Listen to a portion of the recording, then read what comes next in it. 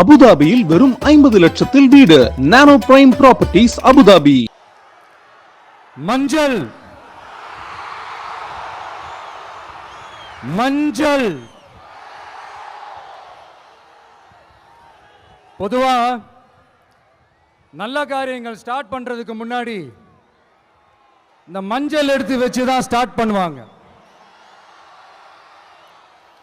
நம்ம வீட்டில் கூட நம்ம அம்மா அக்கா தங்கைகள் நமக்காக நாம நல்லா இருக்கணும்ன்றதுக்காக மஞ்சள் புடவை கட்டிக்கிட்டு தான் வேண்டிக்குவாங்க.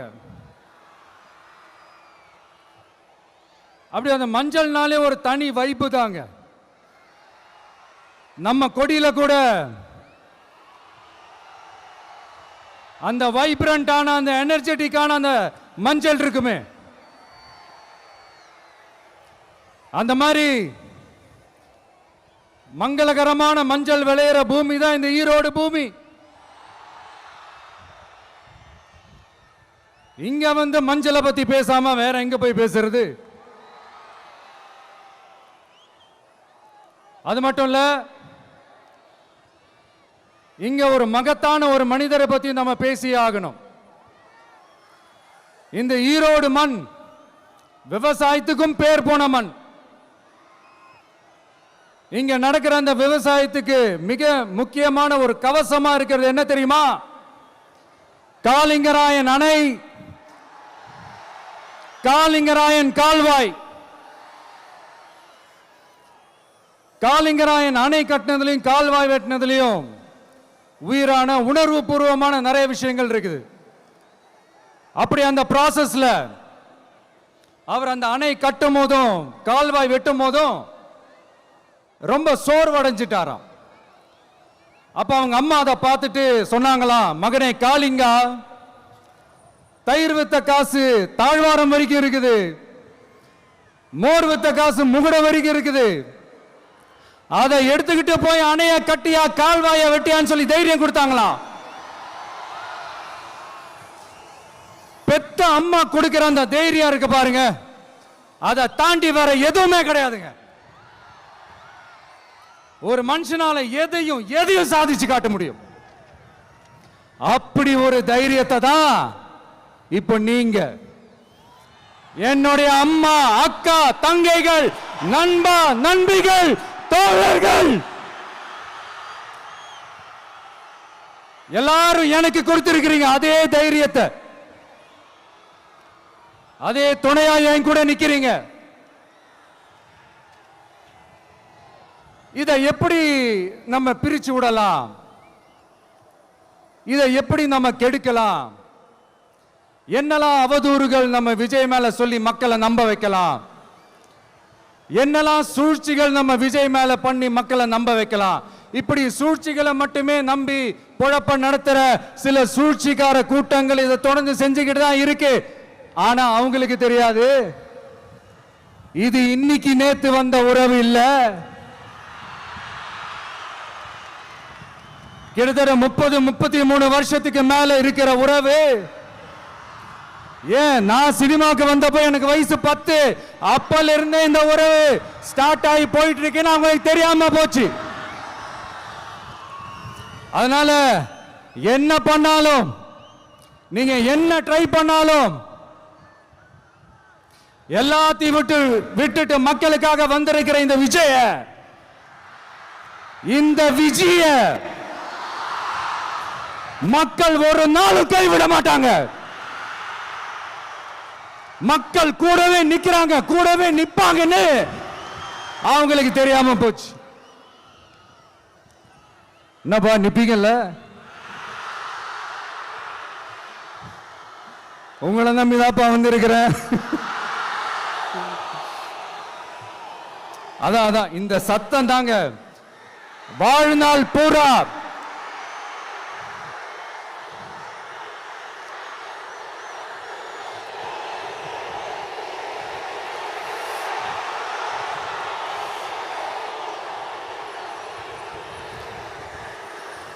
வாழ்நாள் பூரா உங்களுக்கு நன்றியோடவே இருப்பேன்.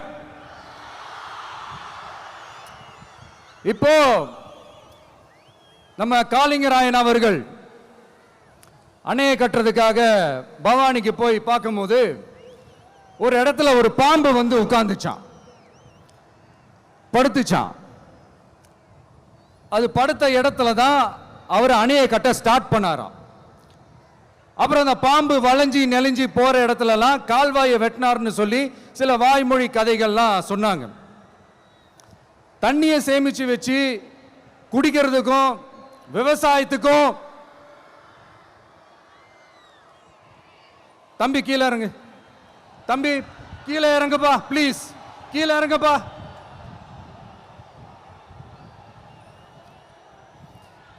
Okay, thank you thank you. கீழே இறங்குங்க, கீழே இறங்குப்பா. நீ இறங்கினாதான் முத்தம் கொடுப்பேன்.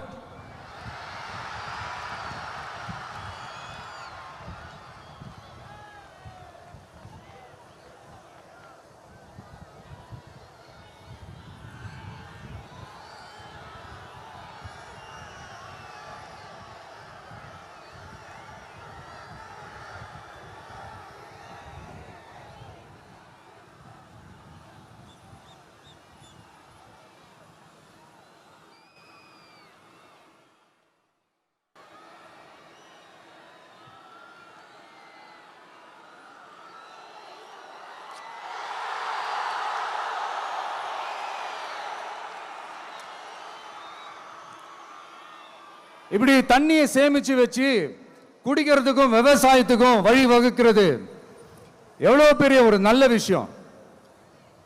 ஸோ இந்த மாதிரி நல்ல விஷயங்கள்லாம் செஞ்சிட்டு கதைகள் சொன்னா பரவாயில்ல, எதுவுமே செய்யாம கதைகளை மட்டும் அடிச்சு விடுறது எப்படி?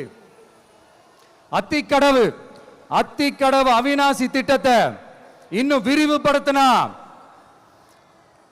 அந்த 3 மாவட்டத்தில் இருக்கிற லட்சக்கணக்கான மக்களுக்கு எவ்வளவு பிரயோஜனமா இருக்கும். எத்தனையோ லட்சம் ஏக்கர் நிலங்கள்ல விவசாயம் நடத்தினா எவ்வளவு பிரயோஜனமா இருக்கும்.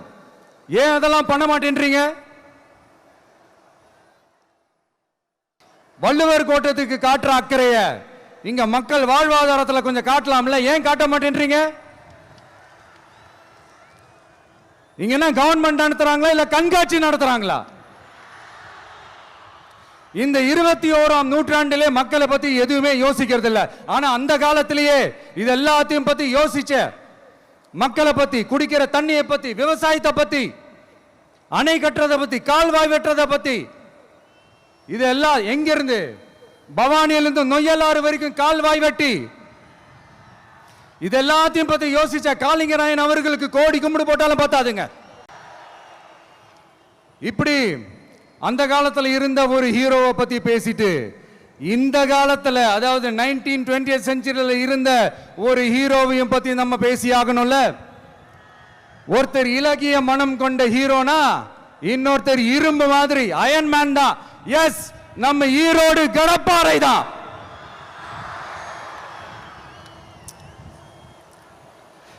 ஒட்டுமொத்த தமிழ்நாட்டையே திருப்பி போட்ட சீர்திருத்த நெம்புகோல். ஈரோடு மாவட்டத்தில் பிறந்த அவர்தான் இந்தியாவுக்கே இடஒதுக்கீடு சம்பந்தமான அரசியல் சட்டத்தை திருத்தறதுக்காக போராட்டம் நடத்தினவர் யாரு? நம்ம தந்தை பெரியாரு. 100 வருஷத்துக்கு முன்னாடியே வகுப்பு வாரி பிரதிநிதித்துவம் வேணும்னு கேட்டவர். அன்னைக்கும் சரி இன்னைக்கும் சரி ஒரு ஆச்சரியத்தோட பார்க்கக்கூடிய ஒரு மனிதர், நம்மளுடைய கொள்கை தலைவர். அப்ப அண்ணாவும் எம்ஜிஆரும் யாரு? பெரியார் அவர்கள் கிட்ட இருந்து எங்களுக்கு தேவையான கொள்கைகளை எடுத்துக்கிட்டோம். அவரை ஃபாலோ பண்ற, அவரை வழிகாட்டி ஏத்துக்கிட்ட அண்ணா அவர்கள் கிட்ட இருந்தோம், எம்ஜிஆர் அவர்கள் கிட்ட இருந்தோம் தேர்தல் அணுகுமுறையை எடுத்துக்கிட்டோம். அண்ணாவும் எம்ஜிஆரும் தமிழ்நாட்டோட சொத்து. அவங்கள பயன்படுத்துறத பத்தி யாரும் இங்க கம்ப்ளைண்ட்லாம் பண்ண முடியாது. அண்ணா எங்களோடது, எம்ஜிஆர் எங்களோடது, நீங்களா எடுத்துக்க கூடாது அப்படிலாம் யாரும் இங்க அழுதுட்டு இருக்க முடியாது, சொல்லிவிட்டேன். அதனால நாங்க ஒரு வழியில அரசியல் செஞ்சுக்கிட்டு போயிட்டு இருக்கிறோம். உங்களுக்கு தான் டிவிக்கு ஒரு பொருட்டே இல்லைல்ல, அப்புறம் ஏன் கதறீங்க? அப்புறம் ஆளுக்கு அங்க போயிட்டு இங்க போயிட்டு புலம்பி தள்ளிக்கிட்டு இருக்கிறீங்க. இது எப்படி இருக்கு தெரியுமா? எனக்கு பயம் இல்ல, எனக்கு பயம் இல்ல அப்படின்னு சத்தமா சவுண்ட் விட்டுக்கிட்டே சத்தமா பாட்டு பாடிக்கிட்டே இந்த நடுங்கிக்கிட்டே சின்ன பசங்க நடந்து போவாங்க. அந்த மாதிரி இருக்கு. முதல்ல மண்டையில இருக்கிற கொண்டைய மறைங்க சார்.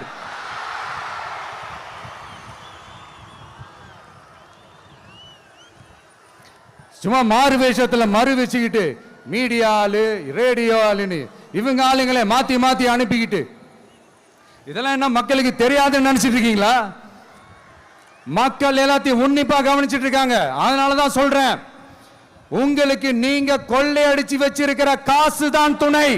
ஆனா எனக்கு என் மேல எல்லையில்லா பாசம் வச்சிருக்கிற இந்த மாசு தான் துணை.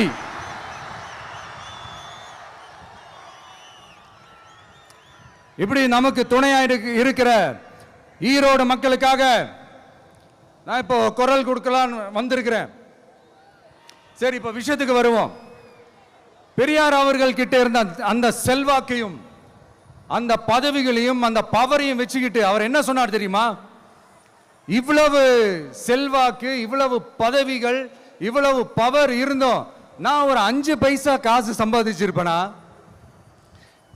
எனக்கோ இல்லை என் குடும்பத்துக்கோ பட்டங்கள் வேணும், பதவி வேணும்னு ஏதாவது கேட்டிருப்பேனா? இல்லை ஏதாவது லாபம் பார்த்துருப்பேனா? இல்லை எதுக்காவது ஆசைப்பட்டிருப்பேனா? ஆனா அவர் பேரை சொல்லிக்கிட்டு அவருடைய கொள்கையை ஃபாலோ பண்றதா சொல்லிக்கிட்டு இப்ப ஆட்சியில இருக்கிறவங்க என்னெல்லாம் செய்யறாங்கன்னு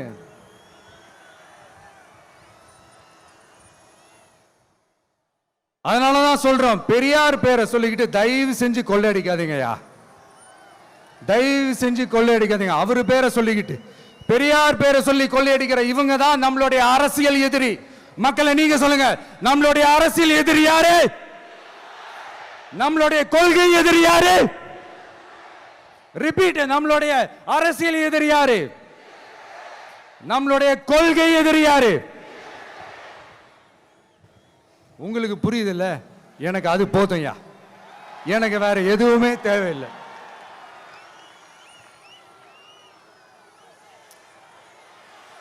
அதனாலதான்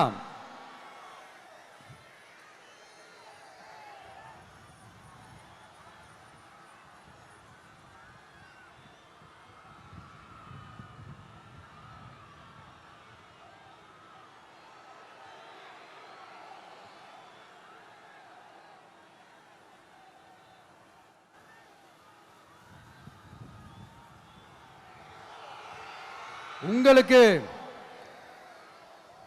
நம்மளை பத்தி நம்ம அரசியலோட நீங்க எல்லாரும் என்னோட அரசியலோட கனெக்டடா இருக்கீங்கன்றது ரொம்ப தெளிவா தெரியுது. அதனால எனக்கு அது போதும். அதனாலதான் எதிரிகள் யாருன்னு சொல்லிட்டு களத்துக்கு வந்திருக்கிறோம். அதனால அவங்கள மட்டும் தான் எதிர்ப்போம். அதுவும் அந்த எதிரிகள் யாரு இப்போ இங்க 2026 சட்டமன்ற தேர்தலில் களத்துல இருக்கிறாங்களோ அவங்கள மட்டும் தான் எதிர்ப்போம். சும்மா களத்திலே இல்லாதவங்களையும், களத்துக்கும் அவங்களுக்கும் சம்பந்தமே இல்லாதவங்களையும் எதிர்க்கிற ஐடியாலாம் இல்ல பாஸ். நீங்க கேட்கிறீங்கன்றதுக்காகலாம் எதிர்த்துட்டு இருக்க முடியாது பாஸ். எங்களுக்கு நிறைய வேலை இருக்குது.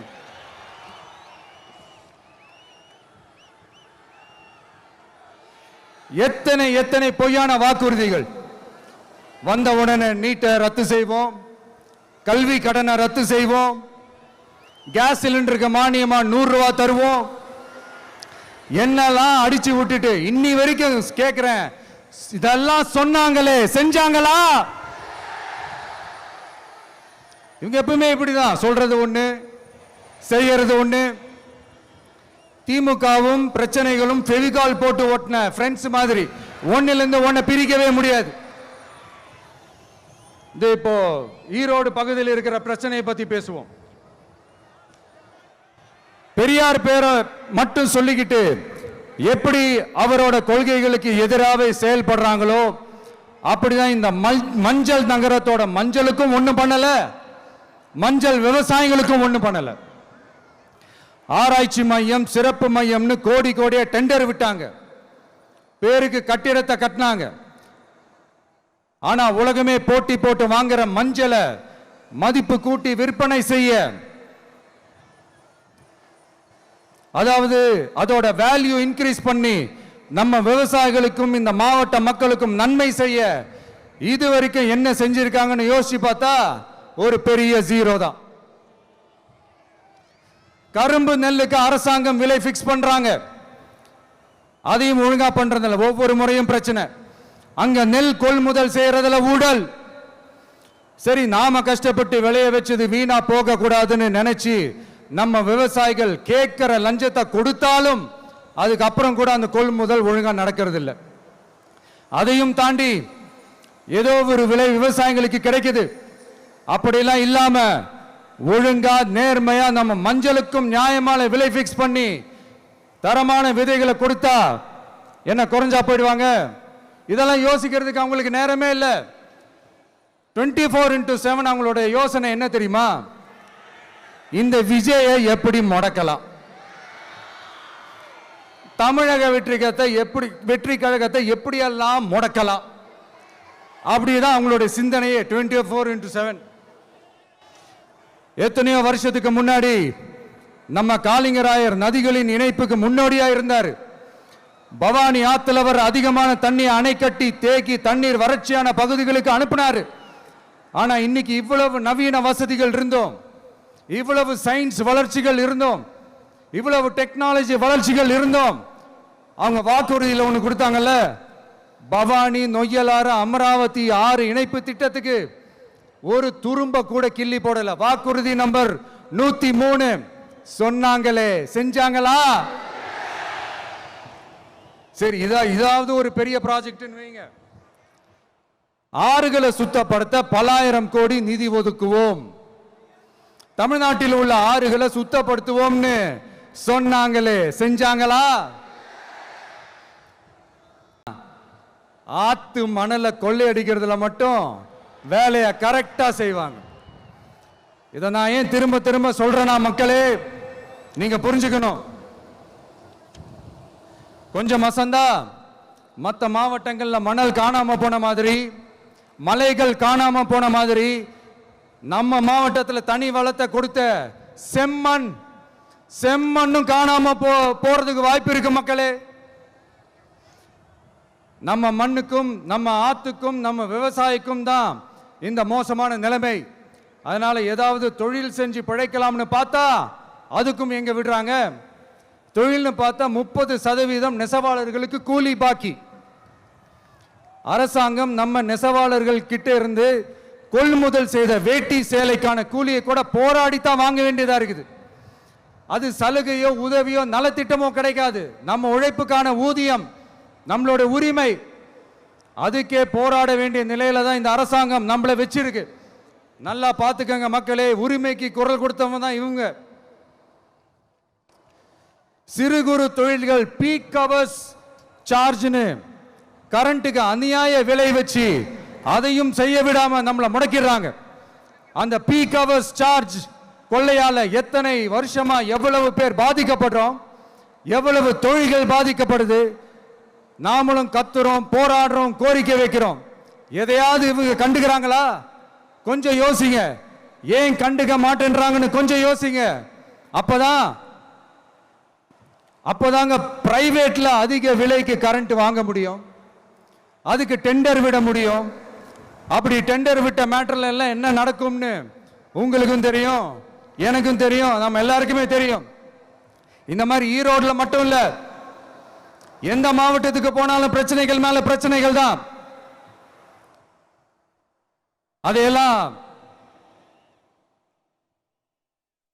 அதையெல்லாம் தீக்கிறதுக்கு ஒரு சொல்யூஷன் கூட சொல்லாம இதுல வேற பெருமையா மாடல் அரசுங்கிறது இல்ல. நான் கேட்கிறேன், கூச்சமா இல்ல?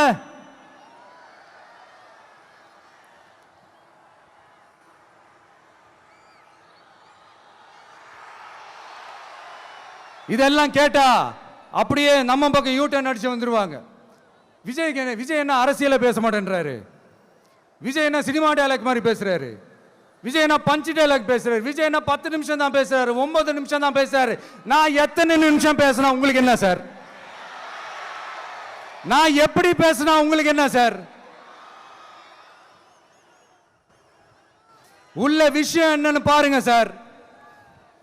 ஒவ்வொரு மாவட்டத்துக்கும் போய் மக்கள் ஃபேஸ் பண்ற பிரச்சனைகளை எடுத்து பேசிட்டு இருக்கிறேன். பின்ன அது அரசியல் இல்லாம வேற எதுதான் அரசியல்?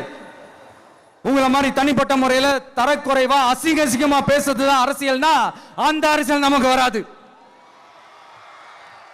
வராதுன்னா நல்லாவே வரும். உங்களை விட எனக்கு அது நல்லாவே வரும். வேணான்னு விட்டு வச்சிருக்கிறோம். அப்புறம் உங்களுக்கு நமக்கு என்ன வித்தியாசம்?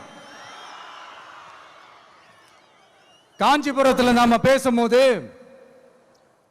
இந்த மாதிரி உங்களால் அமைக்கப்பட போற ஆட்சியில் நம்ம ஆட்சிக்கு வந்த உடனே என்னெல்லாம் செய்ய போறோன்றது சிலது சொன்னோம். அதையெல்லாம் தப்பா புரிஞ்சுக்கிட்டு இப்போ சொல்றேன், விளக்கமா சொல்றேன். நான் சலுகைகளுக்கு எதிரானவன் கிடையாது. மக்களுக்கான சலுகைகளை இலவசம்னு சொல்லி அசிங்கப்படுத்துறதுல எனக்கு உடன்பாடு கிடையாது. மக்கள் காசுல மக்களுக்கு செய்யறதை எப்படி இலவசம்னு சொல்லுவீங்க? அப்படியே செஞ்சிட்டாலும் ஓசில போறேன்னு சொல்லி அசிங்கப்படுத்துறீங்க. என்ன கேட்கறதுக்கு ஆள் இல்லைன்னு நினைச்சீங்களா? மக்களுக்கு ஒண்ணுன்னா இந்த விஜய் வந்து நிப்பா, இந்த விஜய் வந்து கேள்வி கேட்பா. இந்த விஜய் எப்பவுமே மக்கள் பக்கம் தான். அதே மாதிரி மக்களும் என் பக்கம் தான். என் மக்கள் மானத்தோட மரியாதையோட கௌரவத்தோட வாழணும். என் மக்கள் யாருக்கும் கீழே கிடையாது. அப்படி அவங்க கௌரவத்தோட வாழணும்னா அவங்களுக்கான வாழ்க்கை தரம் உயரணும். வாழ்க்கை தரம் உயரணும்னா அவங்களோட வாழ்வாதாரம் உயரணும்.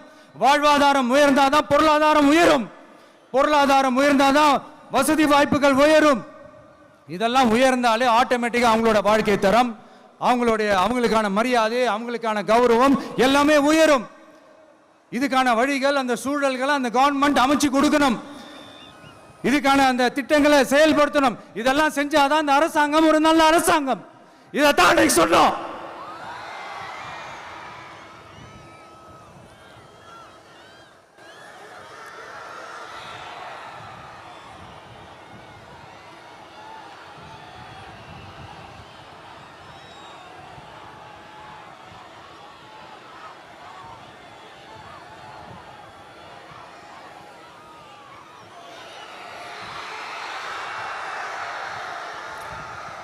இதைத்தான் இன்னைக்கு சொன்னோம். உடனே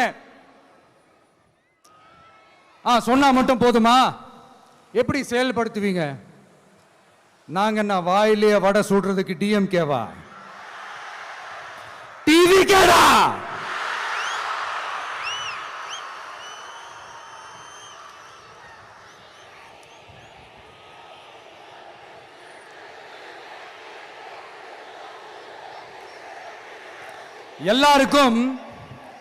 எல்லாருக்கும் நிரந்தரமான ஒரு வீடு இருக்கணும்னு சொன்னோம். உடனே எங்க ஆட்சியிலே நாங்க எல்லாரும் வீடு கட்டி கொடுத்துட்டோமே அப்படிங்கிறது இல்ல. நான் கேட்கிறேன், இங்க உங்களை தான் கேட்கிறேன், இங்க வாடகைக்கு இருக்கிறவங்களே இங்க யாரும் இல்லையா? எல்லாருக்கும் சொந்தமா வீடு கட்டி கொடுத்துட்டாங்களா? அடுத்து வீட்டில் இருக்கிற ஒவ்வொருத்தரும் மினிமம் டிகிரி படிச்சிருக்கணும் அப்படின்னு சொன்னோம். உடனே எங்க ஆட்சியிலே எல்லாரும் டிகிரி படிச்சு முடிச்சிட்டாங்களே அப்படிங்கிற மாதிரி சொல்றது அது உண்மைனா? ஸ்கூல் லெவல்லையே டிராப் அவுட்ஸ் அதிகமானது யாரோட ஆட்சியிலங்க?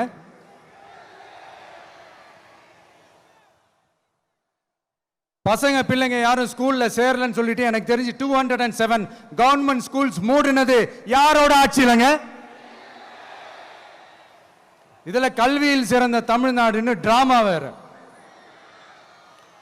அடுத்து குடும்பத்தில் ஒருத்தருக்கு நிரந்தரமான வருமானம் வரணும், வேலை வாய்ப்பு கிடைக்கணும் அப்படின்னா நாங்க கொடுக்காத வருமானமா, நாங்க கொடுக்காத வேலையா அப்படிங்கிறது. எத்தனையோ லட்சம் காலி பணியிடங்கள் நிரப்புவோம்னு வாக்குறுதி கொடுத்துட்டு ஆட்சிக்கு வந்தீங்களே, எத்தனை லட்சம் காலி பணியிடங்களை நிரப்புனீங்க? அட்லீஸ்ட் 1 லட்சம் காலி பணியிடங்களாவது நிரப்புனீங்களா? இதெல்லாம் சொல்லிட்டு மக்களை ஏமாத்துறது யாரோட ஆட்சியிலங்க? அடுத்து ரொம்ப முக்கியமா பெண்களுக்கு பாதுகாப்பு இல்ல, சட்டம் ஒழுங்கு சரியா இல்லைன்னு சொன்னா தமிழ்நாட்டில் பெண்கள் பாதுகாப்பு தான் அதிகமா இருக்குதான். நீங்க சொல்லுங்க மக்களே, பெண்கள் பாதுகாப்பு இருக்கு, சட்டம் ஒழுங்கு சரியா இருக்கு? அவங்க சொல்றது உண்மையா? அவங்க சொல்றதை நீங்க ஏத்துக்கிறீங்களா? சத்தமா கேக்குதா சார்? இதுதான் ரியாலிட்டி, இதுதான் நிஜம். நம்மளுடைய ஆட்சியில சட்டம் ஒழுங்குல சமரசமே இருக்காது. அதனாலதான் இவ்வளவு ஸ்ட்ராங்கா சொல்றோம், தைரியமா இருங்க மக்களே.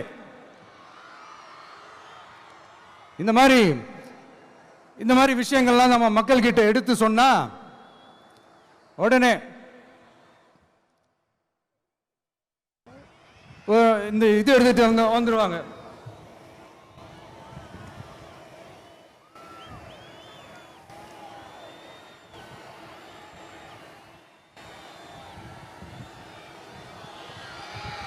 இந்த மாதிரி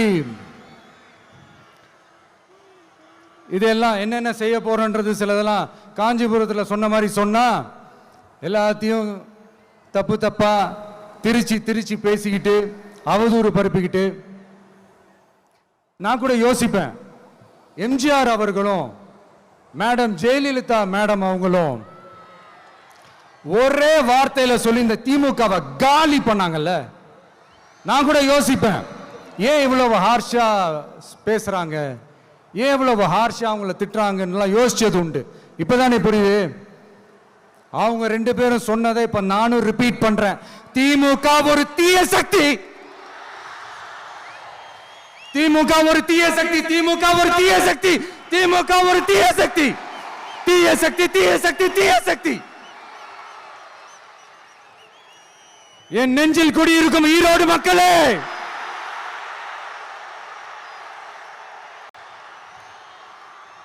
டிவிகே ஒரு தூய சக்தி. எப்படி? டிவிகே ஒரு தூய சக்தி. தூய சக்தி டிவிகேவுக்கும் தீய சக்தி டிஎம்கேவுக்கும் தான் போட்டியே.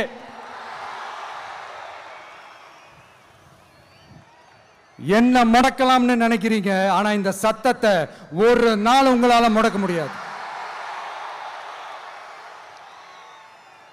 மக்கள் விரோத திமுக அரசை வீழ்த்த மக்கள் சக்தியான நம்மளால மட்டும்தான் முடியும்.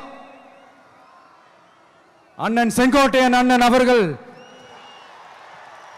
நம்ம கூட வந்து சேர்ந்தது நமக்கு ஒரு மிகப்பெரிய ஒரு பலம். அந்த மாதிரி செங்கோட்டையன் அண்ணன் அவர்கள் மாதிரி இன்னும் நிறைய பேர் வந்து சேர இருக்கிறாங்க. அவங்க எல்லாருக்குமே அந்த உரிய அங்கீகாரத்தை கொடுப்போம். அது மட்டும் இல்ல, அப்புறம் இன்னொரு விஷயம் சொல்ல மறந்துட்டேன். இப்போ ரீசண்டா ஒரு இடத்துல நம்ம சிஎம் சார் அவர்கள் பேசும்போது சொன்னாங்க, என் கேரக்டரையே புரிஞ்சுக்க மாட்டேங்கிறேன். இது சினிமா டயலாக் இல்லையா? நான் ஏதாவது பேசினா சினிமா டயலாகா, சார் பேசினா அது சினிமா டயலாக் இல்லையா? சிலப்பதிகாரத்திலிருந்து எடுத்ததான் அந்த லைன், என் கேரக்டரையே புரிஞ்சிக்க மாட்டேன்றது. உங்களை எப்படிதான் சார் புரிஞ்சுக்கிறது? எந்தெந்த விஷயத்துலலாம் சார் உங்க கேரக்டர் நாங்க புரிஞ்சுக்கிறது? அதையும் நீங்களே சொல்லிட்டீங்கன்னா கொஞ்சம் நல்லா இருக்கும் சார். சட்டம் ஒழுங்குல நாடே சந்தி சிரிக்குது அதுலையா? பெண்கள் பாதுகாப்புல நாடே சந்தி சிரிக்குது அதுலையா? பொய் வாக்குறுதிகளா கொடுத்து ஏமாத்தி ஆட்சிக்கு வந்தீங்களே அதுலையா? எதில் தான் சார் உங்க கேரக்டர் நாங்க புரிஞ்சுக்கிறது? ஆனா ஒண்ணு, தமிழ்நாட்டில் ஆட்சி செய்யற நீங்களும் சரி, ஒன்றியத்தில் ஆட்சி செய்யறவங்களும் சரி, நீங்க ரெண்டு பேரும் முதல்ல என்னோட கேரக்டரை புரிஞ்சுக்கணும் சார். என்னோட கேரக்டர்னு சொன்னது நம்ம மக்களோட கேரக்டர். 2026 சட்டமன்ற தேர்தலோட அந்த கேரக்டரே கொஞ்சம் வேற மாதிரி சார். அத கொஞ்சம் தயவு செஞ்சு நீங்க புரிஞ்சுக்கணும் சார். புரிஞ்சுக்கலனா மக்களே உங்களுக்கு புரிய வைப்பாங்க சார். கான்பிடென்ட்டா இருங்க சார், நல்லதே நடக்கும் சார், வெற்றி நிச்சயம் சார். மீண்டும் சந்திக்கும் வரை நன்றி, வணக்கங்க சார். அபுதாபியில் வெறும் 50 லட்சத்தில் வீடு. நானோ பிரைம் ப்ராப்பர்ட்டிஸ், அபுதாபி.